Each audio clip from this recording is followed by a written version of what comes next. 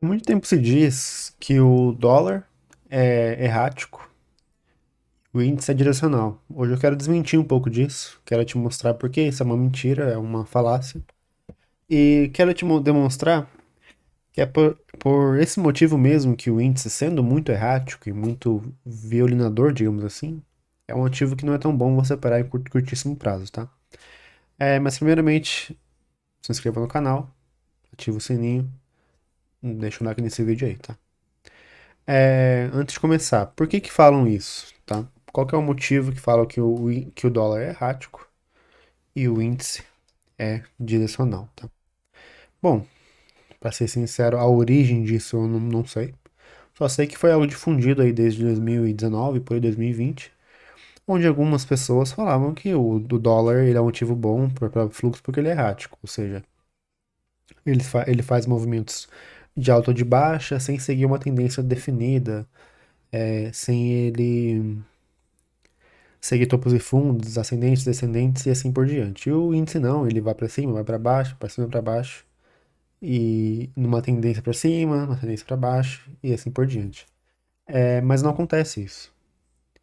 Na maioria das vezes, o que acontece é o contrário. O dólar segue uma tendência tanto no intraday, que é o day trade que a gente faz, quanto no movimento mais macro de dias anteriores, né? Vamos pegar esse exemplo aqui na prática. A gente está usando um gráfico de minutos porque para enxergar a tendência eu acho melhor pelo gráfico de minutos, tá? Então vamos colocar aqui um gráfico de 60 minutos. Olha a tendência do dólar, a alta claríssima, né? Perceba como desde abril de 2022, desde aqui de abril, onde ele atingiu uma mínima de 4,733, ele só subiu. E principalmente ele engatou uma alta aqui a partir de junho. Junho, né? Junho.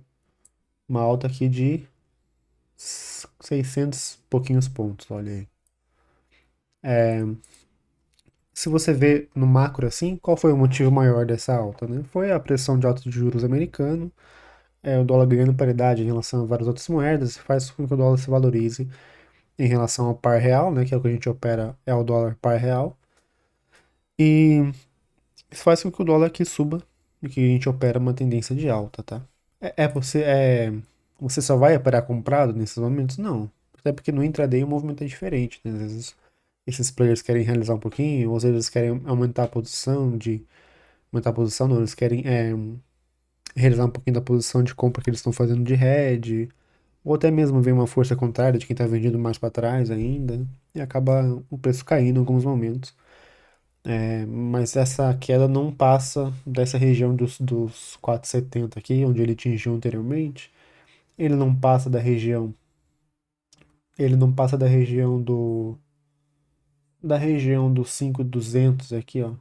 5,300 desde o dia primeiro desse mês, passou um pouquinho, mas mais um falso rompimento que passou mesmo.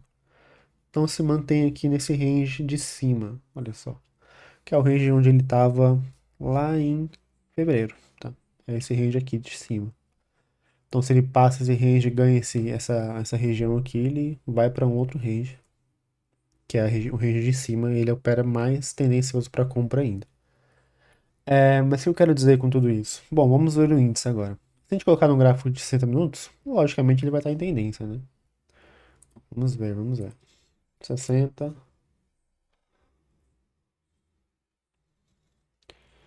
olha aí. Tendência de queda, né?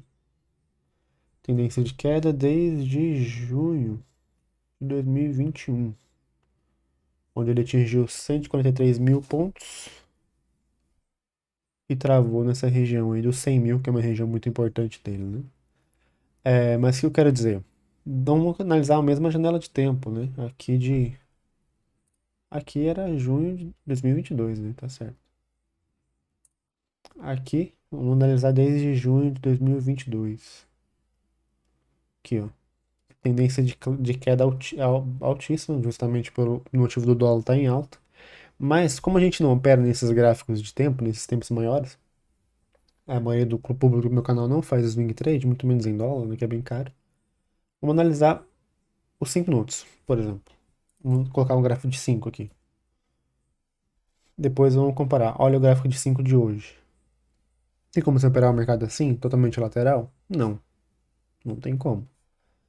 Vamos analisar o gráfico de 5 do dólar. Esse foi o mercado de hoje. Entregou uma venda aqui, uma compra aqui. Entregou essa compra aqui foi grande, tá? Depois daria para fechar o dia. Daí aqui, onde ele poderia procurar uma compra novamente, ele entregou uma venda, porque o preço não foi para cima, no fluxo entregou uma venda pra gente aqui. E agora ele vem renovando mínimas nessa região de baixo. Percebe como é um gráfico muito mais claro? Você pode falar, mas o gráfico tá muito encurtado. Tá muito encurtado o gráfico. Não tá, tá na mesma distância, ó. Se eu deixar assim também não fica legal. Porque olha aqui, ó.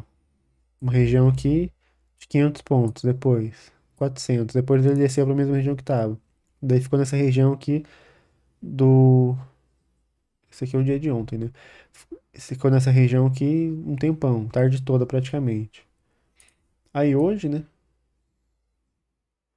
Hoje é esse dia aqui.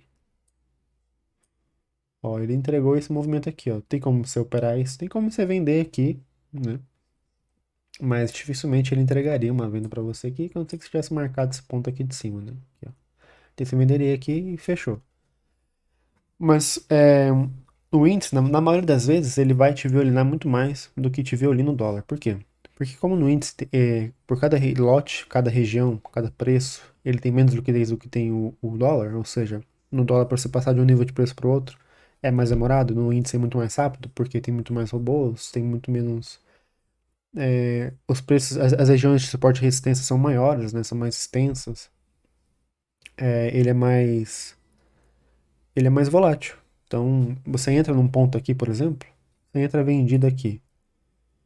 Você vai ter que stopar, tipo, bem em cima, entendeu? Aqui nessa região, você vai ter que colocar teu stop, ó. Senão aqui te pegaria. Então aqui, se você tivesse vendido aqui, ó, aqui provavelmente você stoparia já, né? Então é um mercado que violina você muito. Ele vai contra, vai a favor, vai contra, vai a favor, vai contra, vai a favor. É um mercado que tem um balanço muito grande. E no dólar, na média, não tem isso. Nessa semana em específica teve, porque foi um mercado com alguns momentos de baixa liquidez. Mas na média não tem isso. Na média, o mercado de dólar ele segue uma tendência. Quando ele faz canal, as regiões de canal são muito claras, para baixo e para cima. Então ele marca topos e fundos claramente. E no índice não. No índice você entra comprado, ele te violina, entra vendido, te violina de novo. Então, o que eu quero dizer com tudo isso? Para você operar day trade, o dólar é melhor. E não é porque ele é errático, é porque ele te violina menos, a liquidez é maior. Embora seja um contrato mais caro, ele vale mais a pena.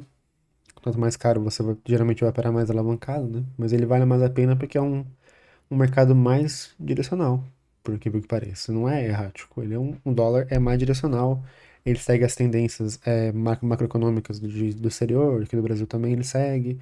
E o índice muitas vezes se, por exemplo, um setor da economia está ruim, mas os outros não tanto, por exemplo, o setor de minério está ruim, a Petro vai cair. A Petro é boa parte do índice futuro. Se a Petro cai, o índice cai também cai, mesmo não quer dizer que a economia esteja ruim.